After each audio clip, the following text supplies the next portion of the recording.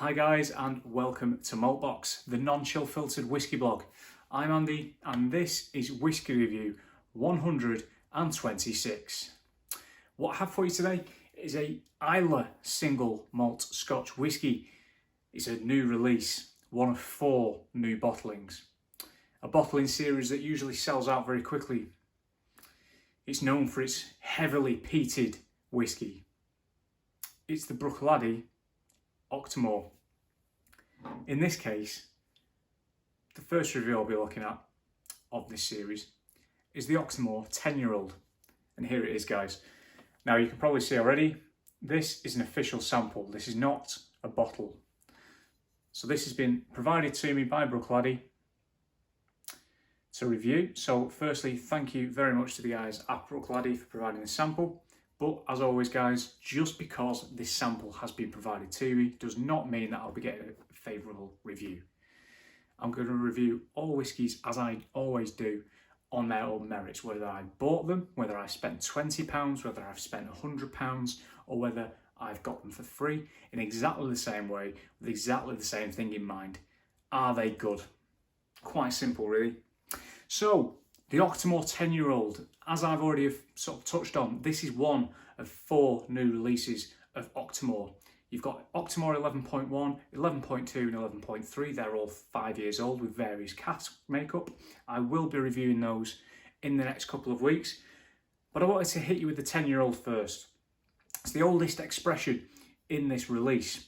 Now, cask type, we're looking at bourbon and virgin oak here. So it's a vatting of bourbon whiskey, bourbon matured whiskey and virgin oak matured whiskey. It has been bottled at 54.3%, which hopefully you can see there just on the edge as it goes round. Just there. Now, the one thing about Octomore is it's well known and widely regarded for its massive ppm. Phenol's per million, basically. And that is the measure of which the malt has been peated to. Okay, that's the level of peat, effectively, in that malt. Parts per million, phenol's per million. Phenol's per million, not parts per million. That's my bad. Now, in this particular case, you're looking at a whopping 208 ppm. That's massive. That is absolutely huge. From memory, the Laphroaig 10 is something like 35. Sorry if I'm wrong, I'm pretty sure it's 35. Don't know where I've got that number from, just in the memory bank, so I could be wrong. Please comment and show me up, please do. However, one thing to bear in mind, ppm ultimately isn't necessarily a reflection of what comes on out off the still. What comes off the still is completely different to what goes in it. The barley has been peated to 208 ppm. The whiskey that comes off the other end of those stills after it's gone through those processes might not be as peaty as you think. In addition, this is 10 years old. Octomore, as we've already alluded to with the 3 5-year-old releases, quite young, generally speaking. They usually do young releases. It's normally punchy, powerful, young. That peat, that smokiness, normally, if anything, is amplified by the youthfulness of the spirit. Is that going to be the case with a 10-year-old? Or is it going to soften a little bit? I am trying this for the first time with you guys today. So I'm really excited to try it. Not only in general, because I'll be honest, I'm a Bruichladdich fan. But also, to share it with you guys for the first time. Really am. As with all of Bruichladdich bottlings, we are looking at non-chill filtered, natural colour. And there is that colour. Sort of nice gold there. There we are. Some nice legs on the glass as well. Now I'm going to try this with and without water. I will try and push through as quick as I can because I appreciate we're all busy. You don't want to be sat here for 25 minutes listening to me, so I will try and push it on a little bit for you. So the other stats that I'll give you about this, 54.3%. This is obviously one of Adam Hannock's creations. Doing a great job over at Bruichladdich since Jim McEwen's departure. Really, really has. And they've got some fantastic releases that have come out in the last few years. on the nose without water. Octomore 10.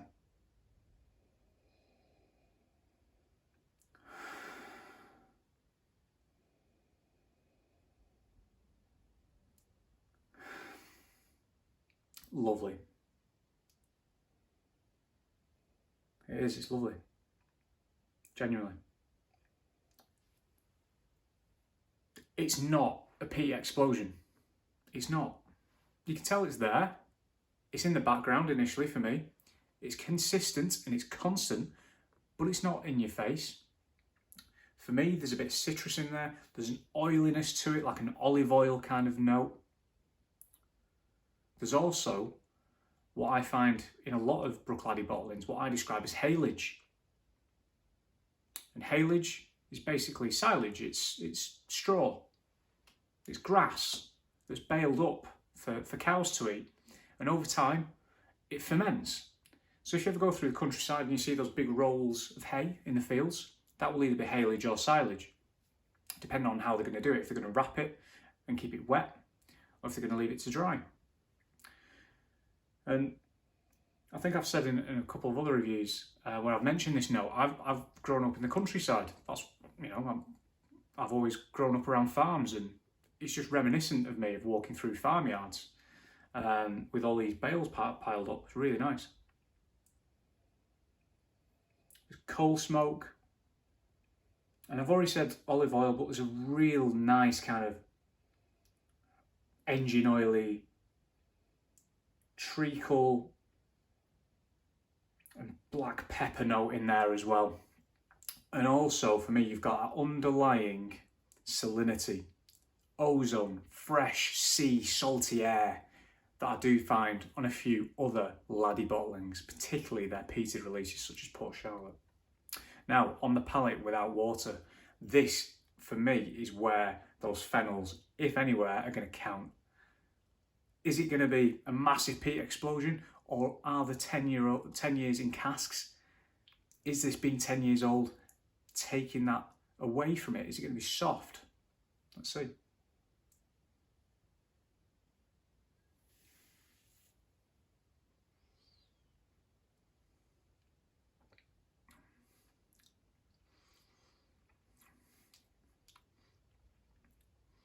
Firstly, great mouthfeel. Secondly, the peat's there, the smoke's there, massive hit of salt, it's very salty. We've got lemon, you've got possibly some dried seaweed in there, and yes, I have eaten dry seaweed before, you say. There's a lot of oak influence in there, some vanilla, some lemon zest possibly. The peat, it's not impactful as you might think at 208 ppm.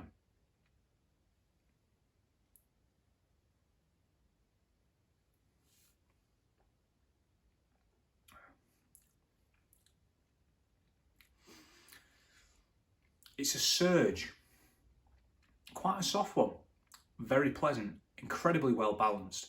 A lovely sweetness continuing throughout, down the side of my mouth there, right into the finish. And all the while, the smoke, again, it's not an explosion, it's not in your face. I mean, it is in a sense, but in the way that it's there constantly. Just a really nice sort of consistent pressure, a consistent push, a wave of peat. Probably not even a wave, I'd probably describe it as more of a river. You know, it's constant, it's just there, just doing its thing in the background, providing you with that depth, that richness, balance, and it's balancing out all these other lighter, sweeter, flightier flavours. Oh, sorry, I just went back onto the nose then. Massive amounts of haylage on there for me, and I love it. I love that. I absolutely love it. Possibly some licorice on there as well now.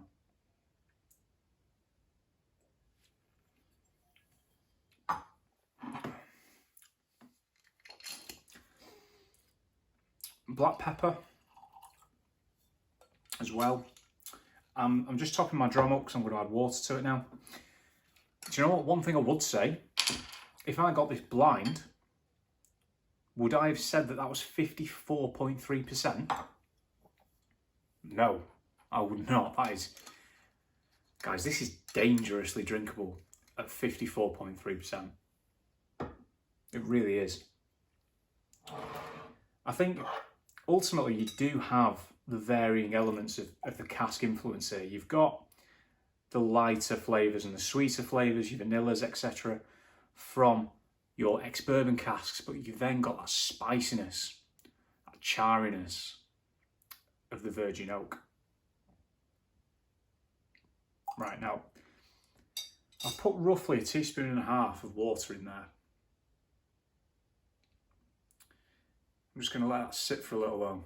Now, while I do, I am going to be reviewing the other Octomore releases, so I will be reviewing the 11.1, the 11.2 and the 11.3. I'm going to do a couple of other videos in between just to break it up a bit, because as much as I love Octomore, I want to, keep it interesting, keep it mixed, keep you guys in a bit of suspense. I ran a poll on Twitter to see which one you guys wanted me to review first, and you voted the 10-year-old. So on that note, if you've not checked me out on Twitter, I'm at Maltbox, Instagram at Maltbox Whisky. I'm quite active on Twitter in particular. I ask you guys for a lot of advice and basically put polls out, what you want to see, what you want to do on the channel. So I will be reviewing the others. There's a couple of really interesting drams in there as well. And I think for me, the other three are probably more in line with what I associate Octomore with. Younger spirit, really punchy. So far, this is a lot more refined. It really, really is a lot more refined. Is that a bad thing? I'm not thinking that that is a bad thing at the minute. I'm really enjoying this different side of Octomore. I'm not going to say softer side, because it's not softer. It's still got that punch. It's still got a lot of character. It's still got a lot about it. But 10 years in cask, it's really mellowed him out a little bit. It's changed him. Different guy. Different guy. And not necessarily for the worse either. So, with a little bit of water, that's had a little bit of time to get to know the whiskey. Again, guys, I like drinking cask strength. I like drinking strong whiskies, but I also do enjoy adding water because I like to see what it brings out. There's some people that are quite purist about it and just say, I only drink cask strength, I don't add water. That's fine. But for me, it's like a dram of two halves. I like to see what else it has to offer. Ultimately, my daily drinkers are 46%, 43%, 40%. I'm not always going to be sitting down with a 55, 56, 53, 54%er every night on a weeknight. I just want something to relax to. So, with water, on the nose.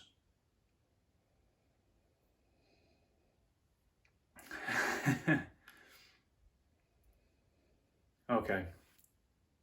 For me, interestingly, the nose is a little bit more powerful with water. However, that haylage note that I mentioned at the start is very, very predominant. It really is very, very powerful now.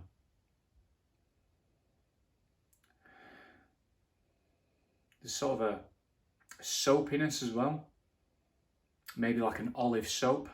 I said olive oil on the nose as well before, didn't I? Isn't that weird? People associate soapiness in whiskey with a negative, but it actually works quite well. Because haylage, if you've ever smelt it, it's quite sickly. It's grassy and sickly at the same time. So to have something soapy is taking you off in a sort of different direction. It's breaking it up a little bit. Settling down a bit now. We've got citrus, marshmallow, toasted. Almost like a lemon meringue pie. It's more lemon curd and kind of a meringue kind of thing going on. And like I said, sort of probably lends itself to that marshmallow thing with the topping. Really nice. And again, you've got that sort of nice header of ozone and sort of salinity on the top. On the palate.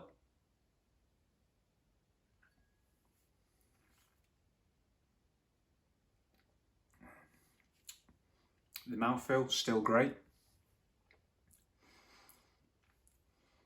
think already on the front end, yeah, there's still a little bit of spice. There's a little bit of a little bit citrus, a little bit of leather.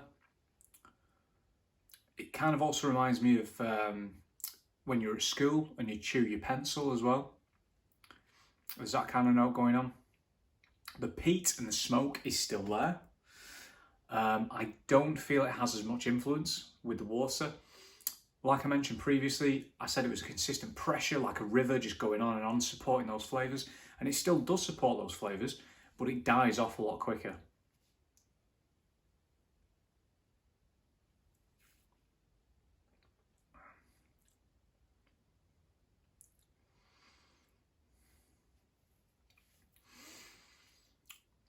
Charred meat, burnt ends,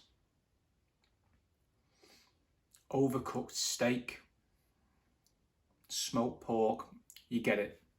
Smoked meat, charred meat. Those little bits on the cake tin where it's risen, pulled back, and you know the bits around the edges of your cake tin that are darker than the actual cake itself that you could just peel off and just have a little nibble on, the crunchy, really tasty. That as well. And the finish, again, kind of medium length for me now. The citrus is continuing, the salinity is continuing. I'm still getting this lovely herbaceousness, earthiness, the peaty note going into that finish as well. A lovely dram, really is. And a testament again to what Adam Hannett's doing there. And that's really exciting me for trying the other 3 releases now, because some interesting cask makeups there as well. So guys, I'm going to box it off now. I hope you've enjoyed. One thing I've not asked, if you've enjoyed what you've seen today, feel free to subscribe. As always, as I say, I'm not going to pressure you to. I'm not precious about it. It'd be great to have you on board, but if not, no sweat. Thanks for watching. See you soon.